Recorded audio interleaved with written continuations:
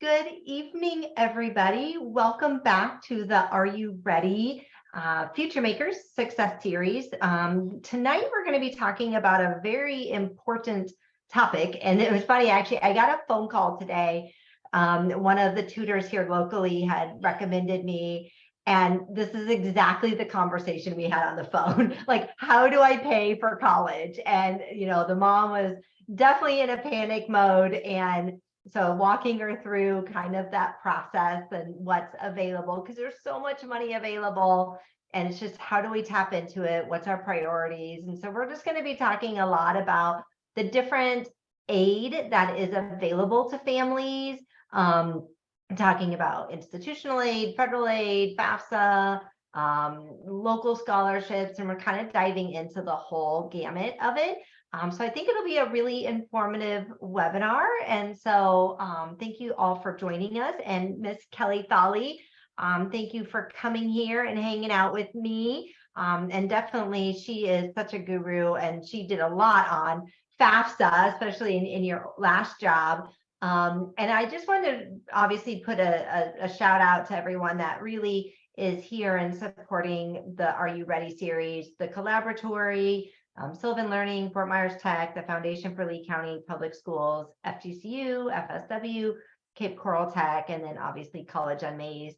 And a lot of what we're going to be talking about tonight is in chapter 4 of the College Unmazed book that is on the website on the futuremakers.com or .org/Are You Ready? And so if you want to go back and look at some of the information, I would definitely suggest to do so. And again, completely, like, whether you're a student or a parent and you have a 9th grader or a 12th grader, or you're thinking of going back to college, I think that this is really applicable to anybody. So definitely, if you're here live and you would like to put things into the chat throughout, I'd be happy to answer any of those questions, and obviously give some time at the end as well. And if you have any questions after this and you watch it through a recording, you can always email me at asturk@collegeunmazed.com, and always happy to answer those questions as well. So let's get started. Again, this is going to be chapter 4. It's kind of what we're going to be navigating through. And I think what's really important, this is actually from Sallie Mae. So Sallie Mae is a big loan company here that's federally sort of protected. And they do a survey every year, and they ask families, how do you pay for college? And these are some really kind of startling statistics, I think, that, as families, we should really know. One is 52% of families say that they have a plan on how to pay for college. So that means 48%, almost half of families, don't have a plan. So while 52% seems maybe, really, when you come down to it, almost half of Americans don't have a plan. However, 91% of families, of parents, agree that higher education is an investment in a student's future. And we kind of looked at that at the beginning when we talk about academic factor and why college and $1 million more in your lifetime. So we definitely know it's an investment, and then it does pay off. It's just we don't have a plan to pay for it. And so if you look at the 58%, says that families use scholarships to help pay for college, making it the second largest source of funding. So again, we're going to be talking about that tonight. 48% of families use grants. So that would be financial aid and completing the FAFSA. But again, that means, if you do the math on the other side, 52% are not being grant funded. And that kind of goes with the last kind of bubble down here at the bottom. 29% of families did not complete the FAFSA, potentially missing out on thousands of dollars. And especially these last few years with COVID, we have even seen a larger drop, especially here in Florida and our local area, unfortunately, of families not completing the FAFSA, potentially leaving hundreds of millions of dollars. I think at last sort of a thing from the state, it was approximately about $200 million just here in Florida that goes unused for FAFSA because families simply don't complete the FAFSA. So all that stuff we're going to be talking about, but again, some, I think, really interesting statistics, but you can find this on Sallie Mae's website if you want more information. It's a very interesting document. So first thing I really want to do is really dive into some of the vocabulary. So part of College Unmazed, and the reason why we wrote it, is families need to know very key vocabulary. Now, I've worked in higher ed now for 8 years, and we get into our acronyms, we get into our sort of how we say things, and we forget that families, parents, students, don't always understand all the vocabulary that sort of surrounds higher education. And that can be at a detriment for students, really. And so it's important that you understand some of these keywords. So the biggest keyword that I want you to know right now is what we call cost of attendance. Now, cost of attendance is going to be really the sticker price. So when you look at how much is tuition and fees, straight up, no scholarships, no aid, nothing. What is the cost of that school? And then there might be additional costs and expenses as well, such as room and board. There might be some fees like transportation or parking or healthcare, online fees. We tack on a lot of different fees, right? And so those two things, tuition and room and board, and additional fees equal cost of attendance with nothing taken away. And so when you look at sort of how much schools are, sometimes it can be quite shocking, especially if you're looking for private schools or you're looking for out-of-state schools. It can be really difficult. So this is just averages. These are not Florida specific. These are national averages.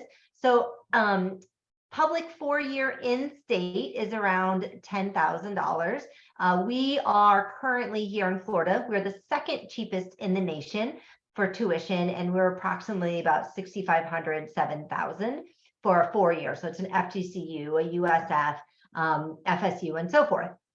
And for us, it's about another $16,000 in room and board. So all in total for one of our state universities, the cost of attendance would be about $22,000.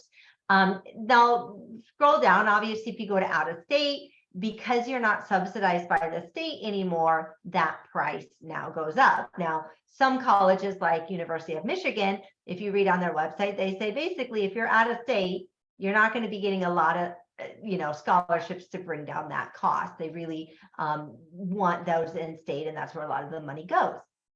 And so, it's something to consider, right? Without additional scholarships, what would be my tuition? Now, what I think is interesting is the third line, which is public 2-year in-state. And this is where Kelly and I, we were doing the student summit for Future Makers. And my conversation with all the high school students from Southwest Florida was, what are some solutions in getting you to go to college? Like, how can we as practitioners help you? And we talked about, obviously, cost of tuition. And they're like, oh, it's so expensive. We can't afford college. And I said, well, at FSW and the other state colleges like Miami-Dade and Broward, Santa Fe, on average, we're half the cost of a state university. And we are about a little over $3,000 for the year. That's 30 credits. And little about $110, I think, is the exact with fees and everything else.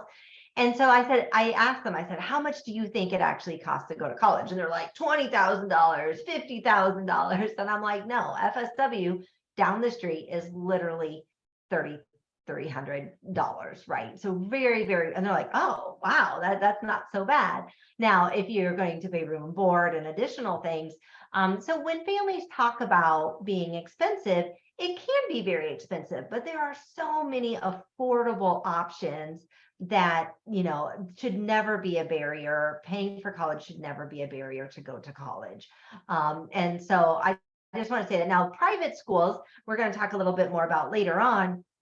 They have more play because they're not taking state money. And so they have usually a higher sticker price or cost of attendance, and their tuition is much higher, but they also can offer deeper discounts, and they sort of include those discounts through scholarships. And we'll kind of discuss that in a little bit. And then you can see 2-year, 4-year, and so forth. But what's interesting is almost 9 out of 10 families, almost 86% of families, do not pay that full price that you're seeing on the screen. So they're saying 9 out of 10 families get some type of reduction. through some type of aid. And again, that's our conversation. And so one of the things that if you want to sort of start looking at what type of aid might I get from a college, one of the things that I would look at, if you look at the bottom link down there, is what we call the net price calculators. So net price calculators, each college sort of has their own formula of scholarships and merit, and again, we're going to talk more about that. And so you can go on to pretty much any college and you can type in net price calculator for that college, and here's one that you can do for pretty much any college, and that might be really helpful for you. Okay, so we'll come back to this. So cost of attendance, really important. Sticker price, no aid, what you see mostly on the website. But what you don't see on the websites, and you have to do a little digging for, is how much gift aid can you actually get from an institution. It could be public, it could be private, it doesn't matter. And so gift aid comes in many different ways. The number one way to get gift aid is through the institution directly. And so when this mom called me earlier, she says, well, how do I apply for scholarships? I well, the first one is to apply to the institutions that you are going to. Now, some institutional gift aid, and again, you're going to hear me kind of repeat myself because I get excited about this one, and then I'll see a slide later that talks about institutional aid. But this comes in the forms of grants, scholarships. A lot of times it's at the point of application. So you send in your application as a student, and you're also, besides getting admissions, you're also vying for scholarships. And whenever I help families go through sort of the college application process, I always feel like that's really a missing kind of hitch, I guess, is they don't realize at the same time you're applying for college, you're also applying for scholarships at that institution. So it's really important that your materials and your documents are really all encompassing and sort of talking about your character and community involvement and what you've been involved in. And so using your essay, your letters of recommendation, all those type of things are really important, right? But really institutional money from the college is one of the biggest places that you're going to find money. Now, some scholarships are sort of secondary or after the application. So maybe you're at FSW, for example, and you join the honors program. You join the honors program, you get a $1,500 scholarship, okay? Or maybe there's something additional that you can apply for. So sometimes they're automatic and they come with your award letter. And then sometimes you actually need to seek them out. You need to apply for them. And they're not always at the beginning of the college experience. You can get scholarships and grants all the way throughout your entire 4 years. And so that's important. The other type of gift aid we're going to be talking about is talking specifically about financial aid through FAFSA. And that is really focusing here on the grants you don't pay back, loans you pay back, right? So we kind of exclude those as much as possible because those are it's not really aid. And even though it's helping you pay, it's not, you still got to pay it back. But federal gift aid, we're going to talk about. We're going to talk about state gift aid as well. So state gift aid is going to be like our Bright Futures and what that looks like. And we're going to talk a little bit about Bright Futures, different scholarships, kind of what's going on. And then we're also going to talk about, sorry, I lost my video here. So hopefully, Kelly, if you can hear me, can you let me know if we're still on? Yep, we are. Okay, I just lost my video. Sorry, my video wasn't working earlier, so we'll go as is, everybody. Kind of panicked for a second. So we're going to be talking about what the state like Florida gives us specifically. And then there's other type of like program specific or athletic scholarships that might be available. And we're going to talk about those. Those are typically external programs. So we'll discuss those. And then lastly, gift aid from what we call external sources. So that would be maybe like the Lee County Foundation, the Foundation for Lee County that has scholarships specifically for Lee County students, or Collier County. They have, scholarships specifically for Collier County, or people like the Collaboratory, who have over $1 million worth of scholarships. So we'll talk about that. So all of that aid, so institutional gift aid, federal gift aid, state gift aid, athletic scholarships, gift aid from external sources, all that together subtracted from the total cost of attendance equals net price. And that's really the number that as a family you need to focus on, is the net price, not the total cost of attendance, but what actually you're paying at the end of everything. What is my bottom line dollar that I need to write the check for? Now, there are some institutions that are basically 100% need-based. So if it's a $50,000 school and you have $50,000 worth of aid that you need because you can't afford to go there, they'll give you $50,000. Other schools, typically more public, it's not that easy. So net price can vary very drastically. And we're going to go through some of that and kind of give you some resources on how to look that up. Again, the net price calculator is going to be a really good option as well. So let me move my here.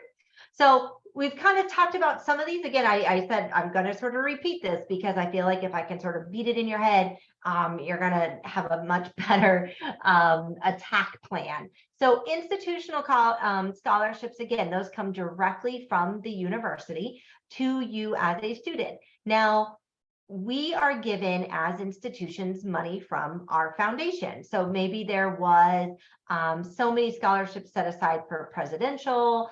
Maybe there was somebody gave an endowment to the school, and they want people that are going to be an actuary and are female. We have a $10,000 scholarship. I don't know, that's just a suggestion. I had my niece was on a tour at the University of Iowa, and her friend was with her, and they started talking. She was interested in music, and they were telling her they had an organist, like a piano organ scholarship that they had yet to give out. And my niece is like, oh, I play the piano.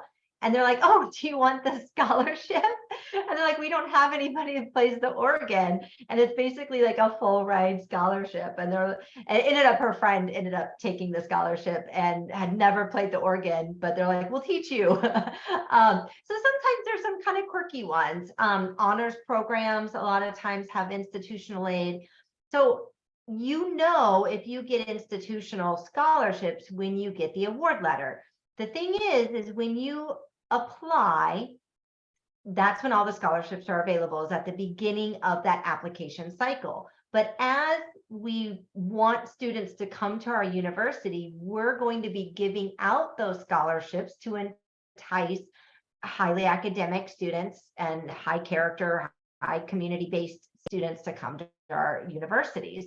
And so on the award letter is where they say, this is the scholarship that we would like to give you. Or they might come back and say, hey, you're in the running for a scholarship. You just need to apply. And sometimes there's an interview and things like that. I actually had a girl, this is when I was a school counselor, and she came in like in full panic, and it was at Nova Southeastern, and she really wanted to go there. She's going to do the dual credit program, where it basically held a spot for her MD program. Super excited. That's where she wanted to go. And here they had offered her an interview, an application, and to come interview, and for basically a full ride scholarship. She wasn't checking her email, and she missed the deadline, period. She missed the deadline. And she was just, what do I do? What do I do? I'm like, well, you can reach out to financial aid, the office there at the institution, but that doesn't look good if now you're coming back and saying, I need more. I want the scholarship, but I missed the deadline. So it's really important, once you've applied to the college, you are checking the portals that you have to set up. You are checking your email. And if you're a kid and you have 1,000 unopened emails, these things get lost, and you could be potentially losing tens of thousands of dollars. Same thing with, I had a student, it was Bright Futures, and she didn't finish the application process and in time, and they even sent her a letter, and she had moved in the middle and whatever. She missed the deadline. And once again, she lost almost $1,000 worth of scholarships because she missed the deadline. So super important that you're paying attention, you're reading your emails. But typically, I would say 90% of the time, institutional scholarships will all show up on the award letters. So again, it's important when you're looking at building your application documents, you are not only applying for admissions, but you're also applying for scholarships. The next one, local scholarships. Love our local scholarships. I think, Kelly, you're a reader are you a reader as well? Have you been doing those for a few years? I was, but I'm not anymore. Okay. I've been doing it for a few years. They sucker me in every time because I love reading the stories about the students and their backgrounds and who they are. But local scholarships really are, besides institutional, are like the number one, like, why aren't students doing this? Like, everybody should be applying for local scholarships. And the reason is you have a much smaller pool of students who are going for those scholarships rather than nationally, so here, I think the statistic last time, we had $1 million that the Collaboratory gave away last year, a little over $1 million. And we only had like 550, I'm using approximate numbers here, 550 applicants for $1 million. And there are some scholarships, I know we have a baseball scholarship at the Collaboratory that we've only ever had sometimes 1 or 2 or even no applicants. So if you just applied, you just basically automatically got it. And so you have smaller, pools of students that you're sort of competing for. And so when you think about, I think they had like almost 200 scholarships available, 180, something like that. So when you look at your odds at 550 versus 180, that's a very good ratio of students to scholarships. And so we have everything from $1,000 to $10,000 for 4 years. And what's really important about local scholarships is sometimes they're not super clear if it's for 1 year or if they're renewable, that you can have them every year. And I know there's one, she's, I think, at University of Miami right now, and we've had her come talk to our students quite a few times. I think she just keeps applying for the same scholarship, and now she's in med school and she just keeps applying and she keeps winning, and we just keep giving her the money for like the last 6 years. So definitely a great way. I believe, don't quote me on this, but usually it opens around December 1, approximately. So I always say kind of around Christmas time, once finals are done and everything else, really attack the scholarships. So the Collaboratory is definitely a resource. Scholarship Connector, it's like a website that Collier County Schools runs, but all the local scholarships from Charlotte, Hendry, Glades, Collier, all run through there, and you can search really easily. And then obviously the Foundation for Lee County has also a lot of scholarships as well. So definitely something to put on your radar, and just watch for deadlines for those. That is really important.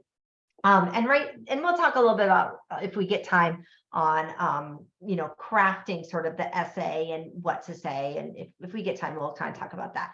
Nationally are going to be the big websites that you normally see, like FastWeb, scholarships.com, that type of stuff. Great, big money. Sometimes they're just lottery, like they just pull names and see if you get it. Or sometimes you have to do something. So there are some really good ones out there. However, they are a lot larger. So you might be talking 5,000, 10,000 students. And what I do find sometimes is when kids focus solely on national scholarships, and you don't pay attention to the other ones, that they're just harder to get. And also a lot of those websites, they're kind of a black hole of time, right? So your kid, it's very easy for them to say like, oh, I've been looking for scholarships for 10 hours and I haven't found anything, because it is. And part of some of those websites is to get your email, to sell your email. So if you're doing a national scholarship search, I would use an email that is not connected to your admissions or applications at all. And that's always one that I think parents can do a really good job of sort of helping, is, kind of looking and, helping create like a checklist or a chart in Excel or Google sheets or wherever you want to keep your information of like, what are the dates, what are the links, what are some good websites. For national, the ones that I really suggest for students to sort of focus on, if you have like a unique niche, like for example, here, the American Council of the Blind. So if you are visually impaired, again, it's a smaller pool, very specific. If you're a pilot, if you have ADHD, if you have a learning disability, I mean, there's so many out there, but typically those give you a little bit stronger parameters. But just kind of going for some general ones are a little bit harder. Not that you can't, but again, institutional and local are probably going to be your, if I was putting time into something, that's where I would put time. Sorry, getting a little thirsty. So let's talk about other top 6 money sources for college. So these are the other 3 that are very important. Federal. Now, federal, it's not technically a scholarship, but it is aid. It is grant money that can go towards college. Now, you have to complete the FAFSA, which the FAFSA opened October 1st. Now, I know for like our local scholarships at the Collaboratory, you have to complete the FAFSA, even if you're not eligible for FAFSA, because it is based on how much money your parents make. So even if you're not eligible, without completing the FAFSA, you can't apply for those local scholarships. And it's shocking, even, I work at FSW, my husband's a teacher, and I mean, we're fine in money. We're not wealthy by any means, but we still get aid, like based on our circumstance and what we have. And that's where that net price calculator, or your doing what they call your EFC, your estimated family contribution, is important, because you might be really pleasantly surprised of what you could get through FAFSA. So typically, again, we really want to focus on grants and not loans. But then again, completing the FAFSA might give you access to scholarships that you might not otherwise been able to get. So it's important to always complete the FAFSA. So it's open right now. It's a pile of money, but you definitely, the sooner you can do it, then the sooner the college gets the information and can get your award letter with all the scholarships and aid on it to you much faster. So really important to complete your FAFSA. And I'll give you some tools and some upcoming events on that to help you with that. State scholarships, yay, way to go, Florida. I talk to schools and programs all over the nation, and I'm always so proud of our Bright Futures scholarship that we have here. I do have another slide that's going to go more specifically into Bright Futures, but there are about 20 other state scholarship programs that we have besides Bright Futures. But basically, most of, obviously, Bright Futures is merit-based, and it's tuition, 75% of tuition, 100% of tuition, and so forth. And it all kind of depends, again, on what state you're in, on hopefully all of you are Florida. But then also, there might be some other things that you might apply for and be able to get besides just Bright Future. So we'll talk about that, but way to go, Florida. And be careful. I will say this because it's a shameless plug.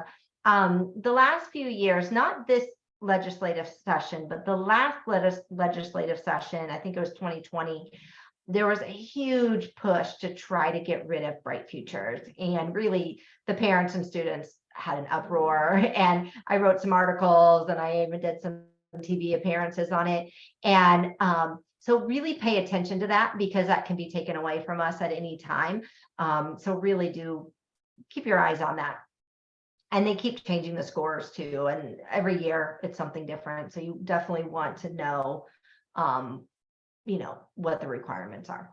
Lastly, different programs. So there are tons of different access programs that can help fund college education. So one, for example, is the U.S. military. Being in the reserves or being active duty, they will pay for your college education. So a lot of, males and females join the U.S. military to have that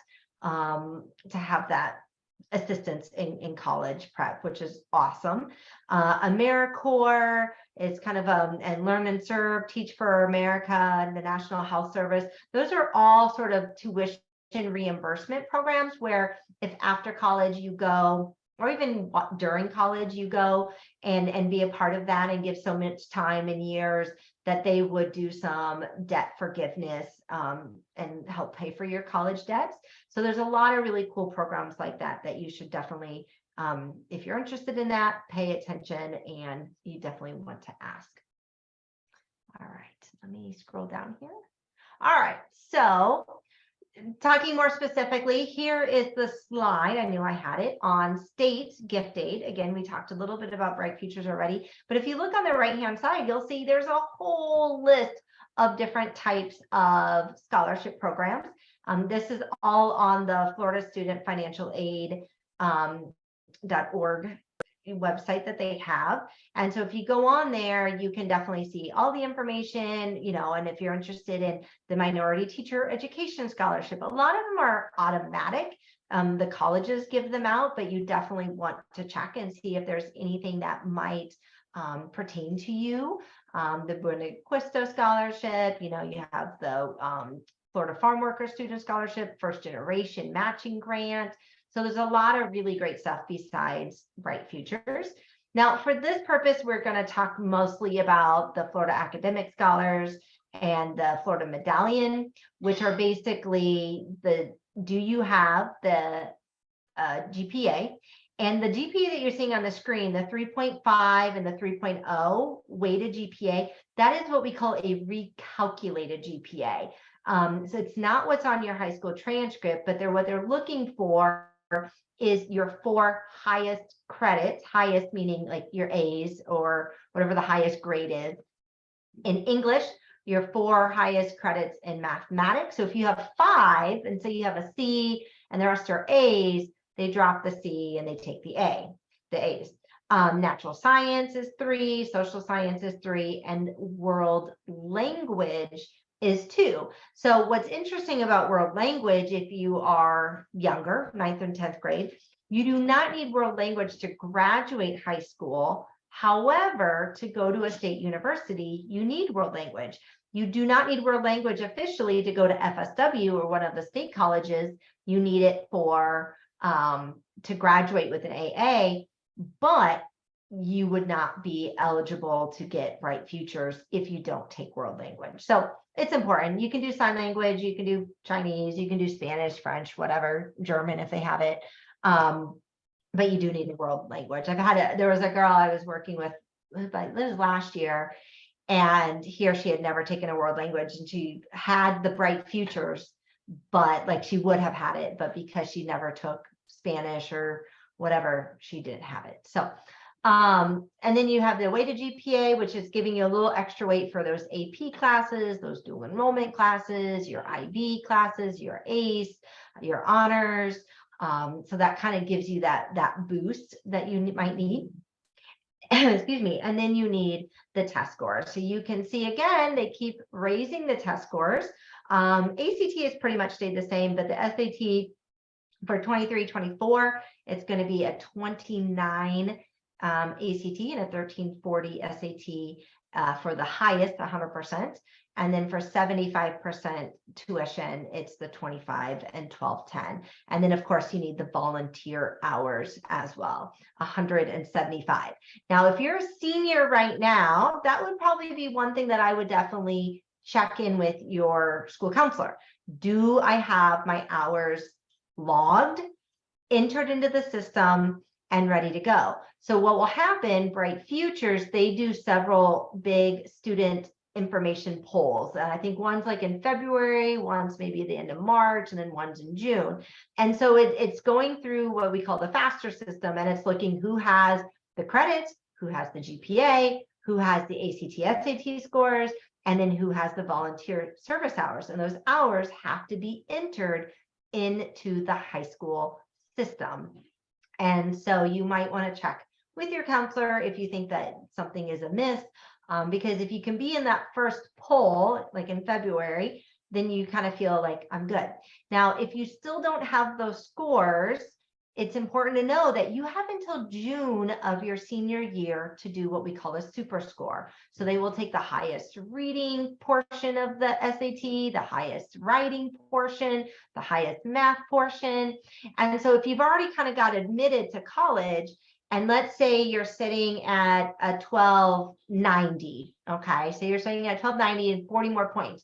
What I would still do is whatever I did the lowest in, I would maybe get some tutoring help. I would really buckle down and use Khan Academy. But I would work as hard as I possibly could to see if I can possibly get the highest score or to the 75% if you haven't gotten there yet by June of your senior year. So you still have lots of time to try to get that score. I love Khan Academy. I mean, it's free. They're connected with College Board, you know, but if you're, how do I put it this way? So with ACT, SAT, if you're not going to do anything different in terms of your studying, your scores aren't going to really change, right? So if you're not going to really buckle down, or you're not going to get a tutor, you're not going to really, you know, put time and effort behind it, your score, it's a standardized test, it's going to be relatively the same. So don't just keep taking it and then thinking a different score is going to happen. You have to do something and be dedicated to that if that is the case. But you might get to a point where we call it the plateau and you're not going to get higher. But you definitely want to try, I think is important, especially if you're close to that. Like if I was in 1190, I would definitely do everything I can to get that 20 more points, right? And so forth. So Kelly, anything you want to add to that? Nope, that's all good. Awesome. All right. Just seeing if she's still available. Making sure. So that's some gift aid. Again, start in 9th grade. Check it out. Make sure you know what's available. Really keep your eye on it. Because I think it definitely is a huge benefit, and it keeps a lot of our students in state, which is what the scholarship is designed to do, right? Keep our kids local. And it's from lottery money. I mean, didn't lottery just have like a $2 billion or something crazy? So, you know, people are giving away their money anyways. You might as well give it back to the students that are working hard. So yeah, lottery based. Okay, so let's talk a little bit about institutional aid. This is an example. These are 3 different schools. Now, the first one, College A, is a private institution, and so is College C is a private institution as well. But you can look at College A has a high admission rate, but almost 99% of students receive some type of aid. Okay, and so you can see here the sticker price is showing to College A about $45,000. Okay, but when you look at the gift aid that's given, almost $22,000, the net price, or the sticker price, or I guess the net price is what you're going to pay, is only $22,000. So there's definitely a significant thing. But there is a thing called the College Navigator, and it's created by the Department of Education, and they run that website, and it's all information that colleges submit to the federal government. And one of the things that they write is they say how many students get aid from our school. That's a really important number to know. And I don't think enough parents or students know that number, because there are some colleges like College A that every single student, basically virtually, right? Nobody ever says 100%, but virtually every single student that is admitted to that college receives some type of gift aid. And you can also see on that same website, you can see the average aid given to all those students. So if here the average is 22,000, you could assume if you're kind of meeting their admission requirements, that automatically that school will probably give you about $22,000 approximately. Okay, so that's a huge difference. They also, in that same document, they will break it down by income. So it's like up to like $50,000, up to like 70,000, 90, and like 120 or something like that. So by income, how much aid do they give? Because a lot of families will say, well, I make too much money, they're not going to give us aid. But there are some colleges, like I shop at Kohl's. I haven't actually shopped at Kohl's for a while, but I shop at Kohl's, and they get me every time they send me a 30% discount. I want to go spend that coupon. I don't need anything. And even though it's 70%, I still got to pay. That discount really makes me excited. And then they give me Kohl's cash on top of that. And then they send me little emails for my birthday with an additional $5. And all of a sudden, I find myself making a trip to Kohl's that I really did not need to go to Kohl's. College admissions and college financial aid can be very similar, because they realize, especially for the private universities, they want to entice you. They want you to come. And so College A has already said, I know we're going to say, because it makes us feel more selective to say we're $45,000, but we're going to give everybody basically a scholarship because it makes them feel good. It's like a coupon. It's a discount.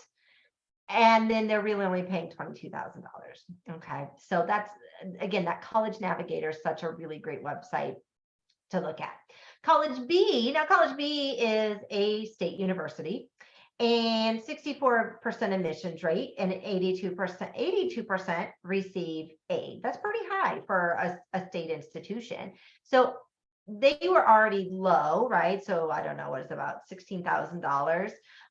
But you're looking at the net price, even though you get less scholarship aid or gift aid at $8,000, because they already had a low cost of attendance, you're really only paying $8,500.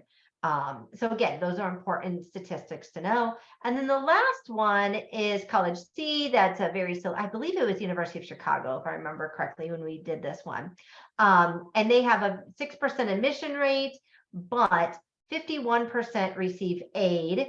And what's interesting about them is that's the average is, 42,000 in gift aid. But they are 100% need-based organization or college, that they will give anybody that needs how much aid you need, they will give you that aid. So if you're a low income minority student applying to College C, you actually basically aren't paying any of that cost that you see. So very interesting. And that's why, again, College Navigator, I think, will give you some really cool tools.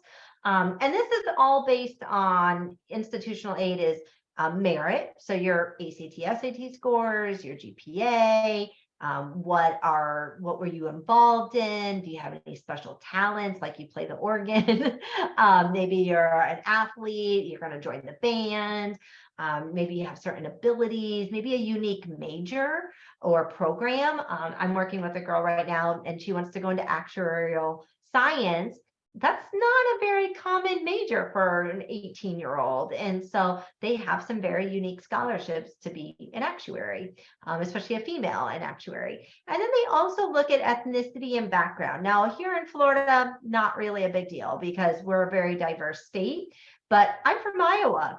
Iowa is not very diverse at all. I had a student when I worked at FSW Collegiate, and she got accepted, basically a full ride to Grinnell College, which is a beautiful little campus near Pella, Iowa. And they flew her out. They had this great time. They're basically, again, full ride. And she comes back and she's like, I don't know, Dr. Stirk. And she goes, like, what's the problem?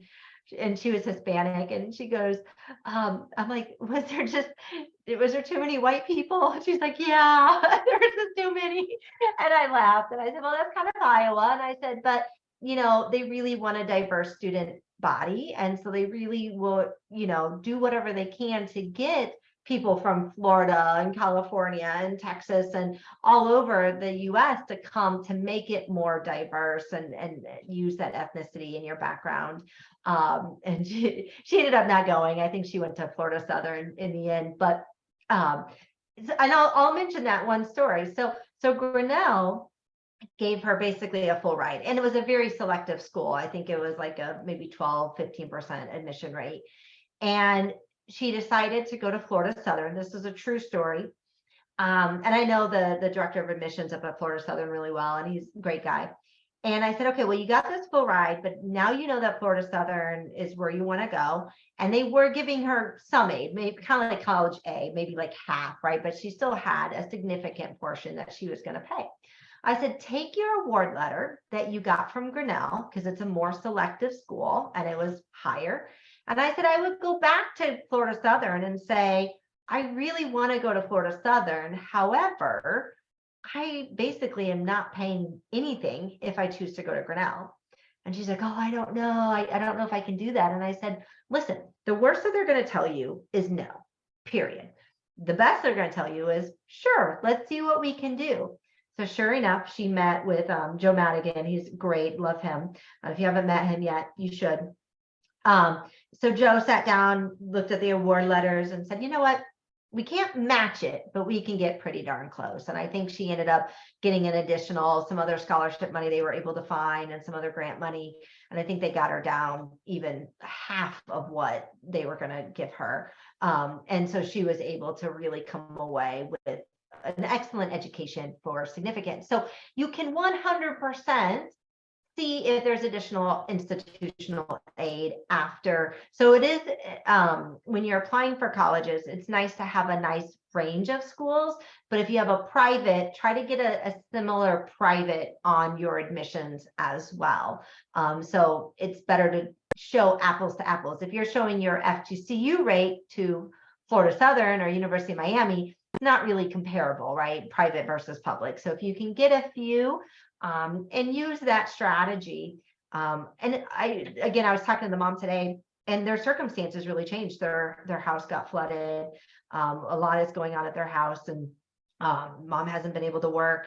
And I said, well, don't forget, you can also appeal aid. So you can ask for more, but if your circumstances changed, talk to the financial aid office. And that's something that I will tell any family as long as I can, is get to know the financial aid office of the institutions that you are either applying or you're definitely going to. They are such a wealth of information.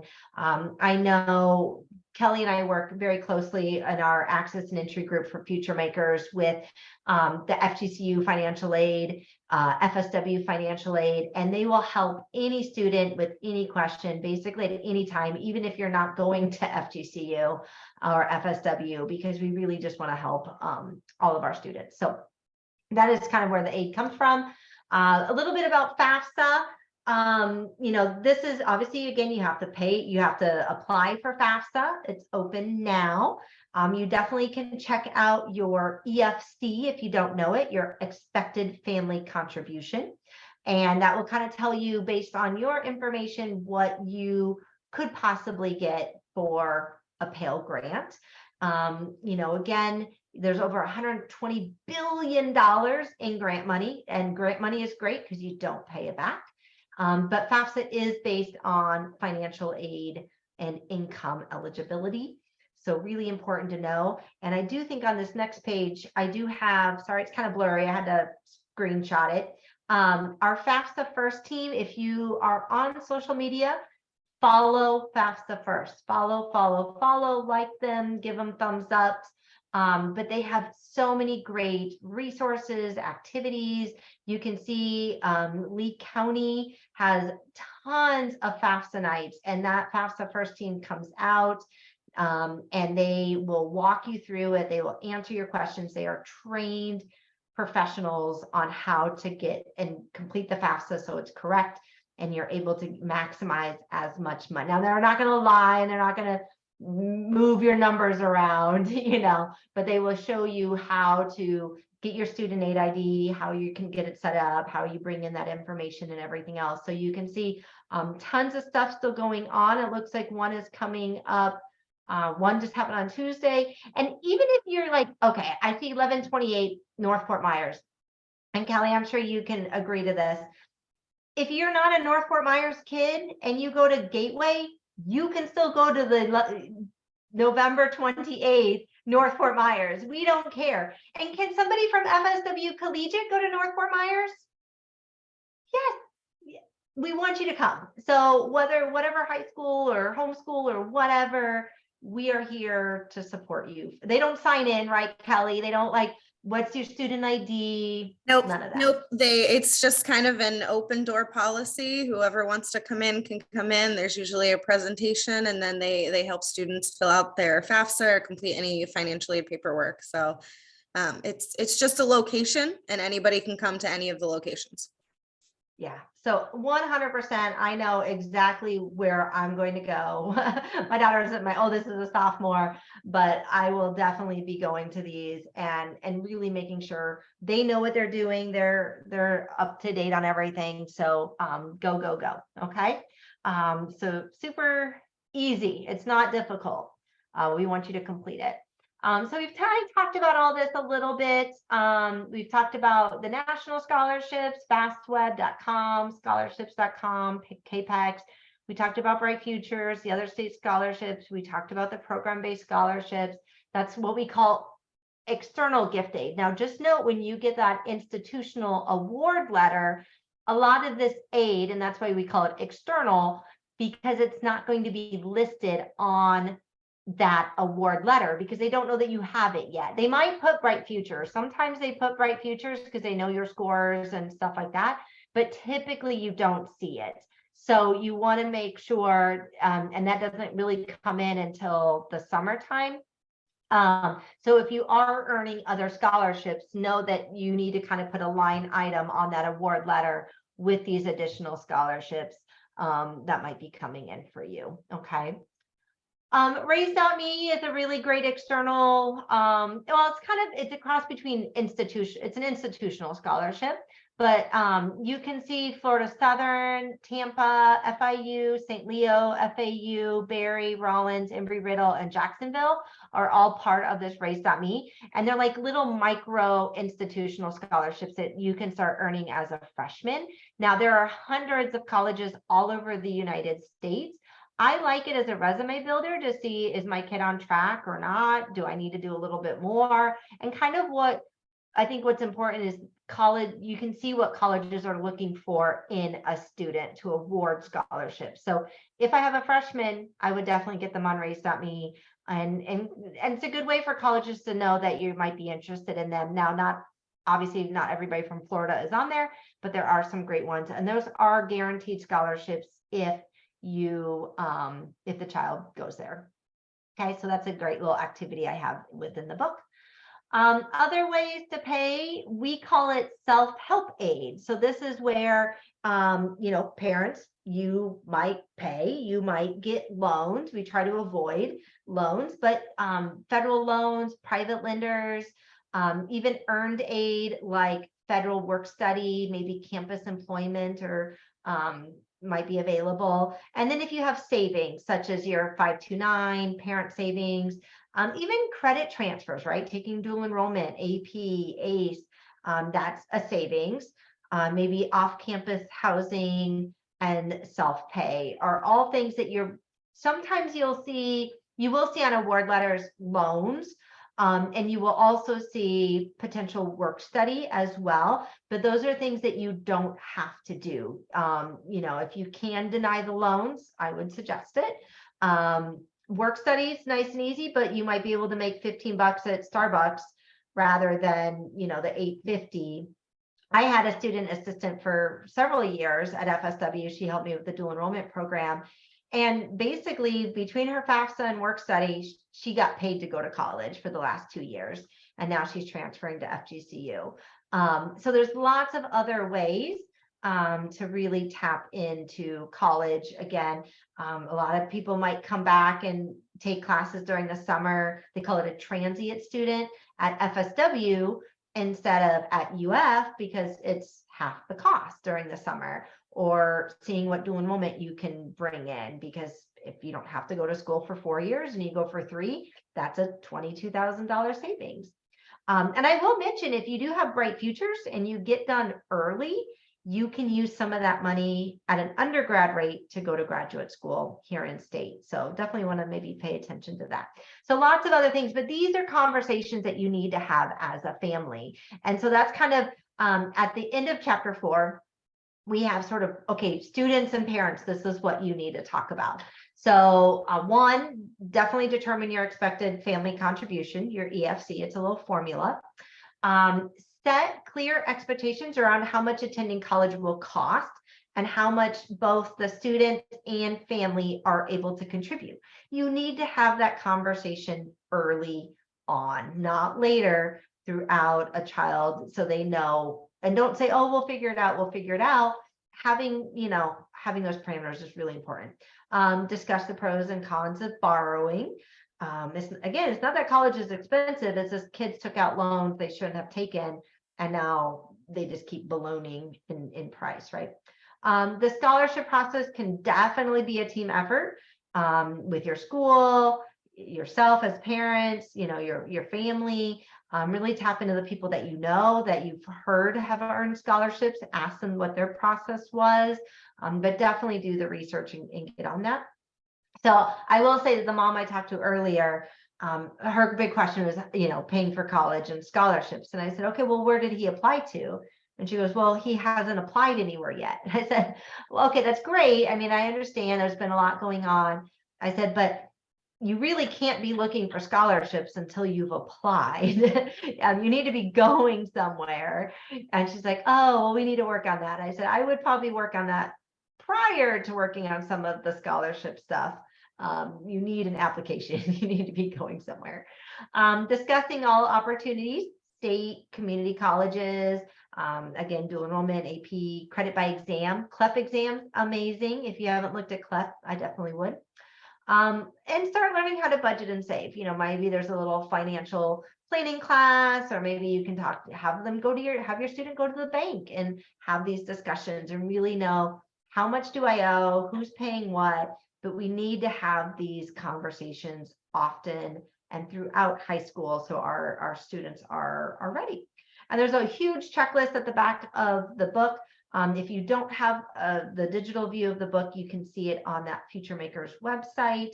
And let's see, 7:34. Well, we started a few minutes late. Oh yeah, here's some of the checklist that you have. So you can see there's quite a few, but you can again find that within the book. And that's it. So excuse me, if anybody, I know I talked a long time. I didn't see, even though there's several of you on here, and my video is still not working, but that's okay.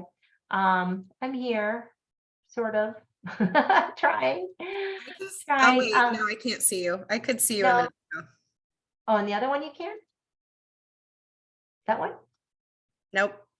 Nope, it's not working. Nope. Okay, well, any questions, Kelly, or do you think I answered most of it? I think that was great. That was a lot of information, but it was all very exactly what we needed. Exactly. Well, I'm super excited, and I know the next one in 2 weeks is going to be me again. And that one specifically is going to be really talking about how do we make a decision as a family. And we'll talk a little bit more about financial aid and award letters, and sort of how do we bring that into the conversation, but also how do we make a really informed decision about what's best for me as a student, me as a family member. And how do we do that? Because I think that's something that we don't do well, is talk about how do we make a good informed college decision. So sorry again for my video not working. I don't know what's going on, but internet's still been weird and everything else since the hurricane. But thank you everybody for being here. Like, share, College Unmazed, Future Makers, and we'll see you right back here 2 more weeks. Happy Thanksgiving, Kelly. Happy Thanksgiving to you too. Enjoy the time with your family. You too. Oh, I got one question here. Hold on. Oh, thank you. Thank you, Andrea. Nice to see you. She works with my husband. Hi. Good to see you. So thank you, everybody. Have a great night, and we'll see you in 2 weeks. All right. Thanks, Kelly.